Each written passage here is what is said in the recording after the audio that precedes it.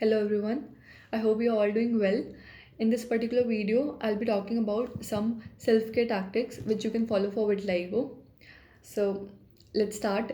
Number one, protect your skin from sun rays and artificial sources of UV light.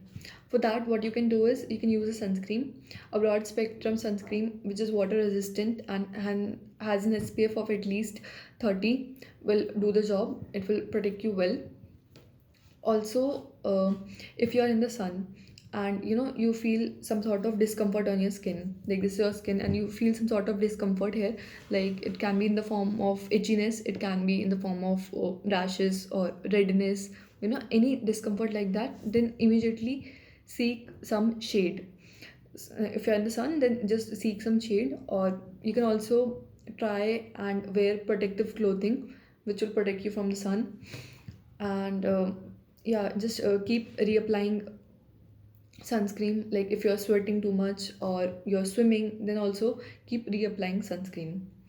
And why exactly do you have to do that? Because you have vitiligo, and there are some areas of your skin which lacks melanin protects you from the sun. Since you don't have enough of melanin in your body, then you need to provide some external agent, or some external thing you need to apply that, which will give you protection from sunlight. Step number second, it would be that don't get a tattoo. There have been some past evidences, and there are some people who got a tattoo and they have actually damaged their skin. So there has been a occurrence of vitiligo just near the skin of their tattoo. So unless it's very necessary or you have a strong urge of getting a tattoo, don't get a tattoo. Next step would be for people who have just who are very self-conscious about vitiligo. So for them, I can say that you can use self tanners, or you can just try different brands of makeup, and whichever blends with your skin well, just apply that. And yeah, just check on different types of products, and whichever suits you well, whichever looks good on you, then you can use that. If you are someone, also try to embrace you can use makeup, but also try to embrace your skin condition, because that will be very helpful in the long run. Because you cannot, it's very, I should say, I don't know what to say, but it's very tedious task to apply makeup every day and cover your patches. So yeah, that's gonna be the third point.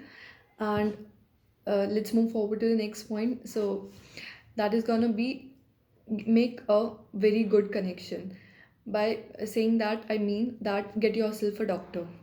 Okay, do not self diagnose. Google को Google ही रहने दो, उसे doctor मत बनाओ.